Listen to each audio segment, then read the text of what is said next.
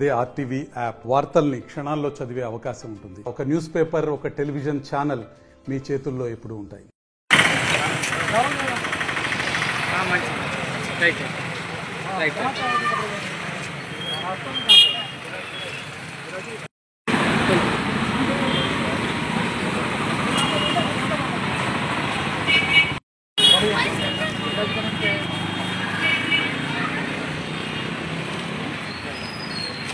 Electric bike में acting नहीं होता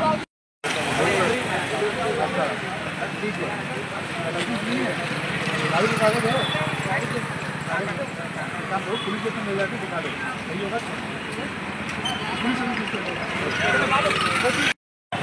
థ్యాంక్ యూ.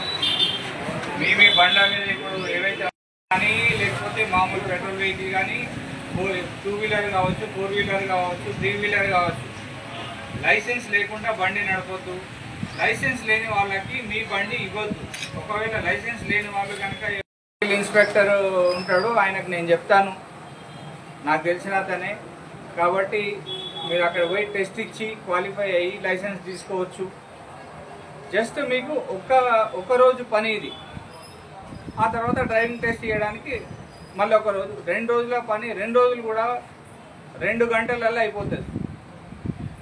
దీనికి మనం కేసులు చేసుకోవడం అవసరమా?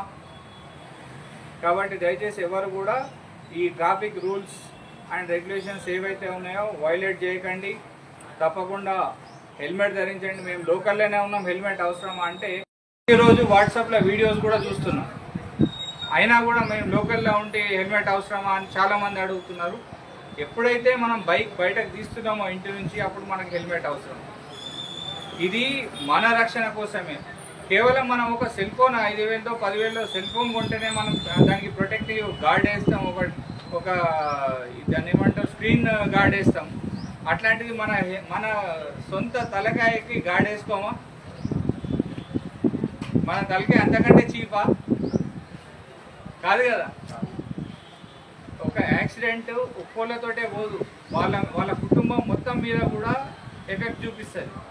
ఒక ఇంట్లో ఎవరైతే ఎర్న్ చేస్తున్నారో, ఎవరైతే సంపాదిస్తున్నారో, जो भी कमा रहा है उसको कुछ हुआ तो घर पूरा बर्बाद होता. యాక్సిడెంట్ ఉత్తా బడా రిజల్ట్ దేతా. అందుకే ప్రమాదాలు కొని తెచ్చుకోకండి. దయచేసి డ్రైవింగ్ లైసెన్స్ తీసుకోండి. డ్రైవింగ్ లైసెన్స్ లేకుండా బండి నడపకండి. మైనర్లకైతే అసలే బండి ఇవ్వకండి. వాళ్ళకి ఏదైనా మరణం సంభవిస్తే అది ఆల్మోస్ట్ ఆల్ మర్డర్ కేసు లాగా అవుతుంది. అది కాకుండా వాళ్ళు మైనర్లు అయితే ఇంకా పేరెంట్స్ కానీ ఆ వెహికల్ ఓనర్ ఎవరైతే ఉంటారో వాళ్ళ మీద మర్డర్ కేసు చేయడం జరుగుతుంది. సో ఎట్టి పరిస్థితుల్లో కూడా మైనర్లకు దయచేసి బైక్స్ ఇవ్వకండి. బైక్స్ కానీ ఎలక్ట్రానిక్ వెహికల్స్ కానీ ఏవి కూడా ఇవ్వకండి. అంత చిన్న పనులు ఉంటే వాళ్ళు సైకిల్ వాడచ్చు. చాలామంది టిఫిన్లకు పోతున్నాం సార్, ఇప్పుడే వచ్చినాం సార్, కూరగాయలకు వచ్చినామంటారు. ఈ మాత్రం దానికి మైనర్లకు బైక్ ఇవ్వడం అవసరమా? ఒక సైకిల్ కొనిస్తే వాళ్ళకు కూడా ఎక్సర్సైజ్ అయినట్టు ఉంటుంది. చిన్న లోకల్ పనులన్నీ కూడా కంప్లీట్ అవుతాయి. ఎందుకు అనవసరంగా రిస్క్ తీసుకొని మీరు వాళ్ళకి బైక్స్ ఇవ్వడం? దీనివల్ల తప్పు వాళ్ళు చేసిన మైనర్లు ఎప్పుడు కూడా తప్పు అని అన్నారు. వాళ్ళకి ఎవరైతే పేరెంట్స్ ఇస్తున్నారో వాళ్ళదే తప్పు అవుతుంది. समझ गए? जिसका भी उसका कसूर रहता तो उनके ऊपर मर्डर केस भी बन सकता.